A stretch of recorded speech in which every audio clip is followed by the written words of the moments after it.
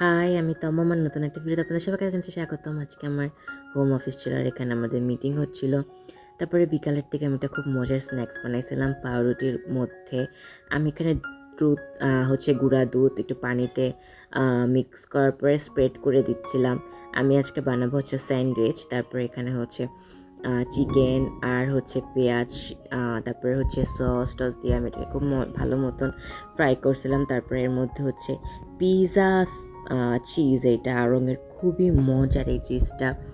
দেন এটার মধ্যে অরিগানোর strong flavour, পিৎজার স্নিজলিক দেওয়া থাকে, খুব মজা খেতে। তারপরে আমি এটার উপর দিয়ে দিলাম। দেওয়ার পরে এটাকে আমি উল্টাই দিব।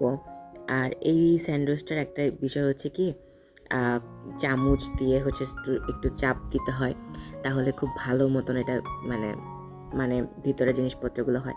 এটা কী জানি একটা স্যান্ডউইচ বলে, আমি নাম ভুলে গিয়েছি, বাট এটা খেতে অনেক মজা হয়েছে। আর কোনো সস টস কিচ্ছু দেওয়া লাগবে না, এটা চিজ দিয়েও খাওয়া যায়। আর এটা আমি আমার বান্ধবী ভেনেজুয়েলার, তার কাছ থেকে আমি শিখেছি। তারপরে আজকে বিকালে স্যান্ডউইচ খাইলাম আর অডিও বুক শুনলাম আর রাতের দিকে পড়াশোনা করতেছি, কারণ কালকে আমার 2টা সিটি। আজকে আসি, দেখা হবে নতুন ভিডিওতে।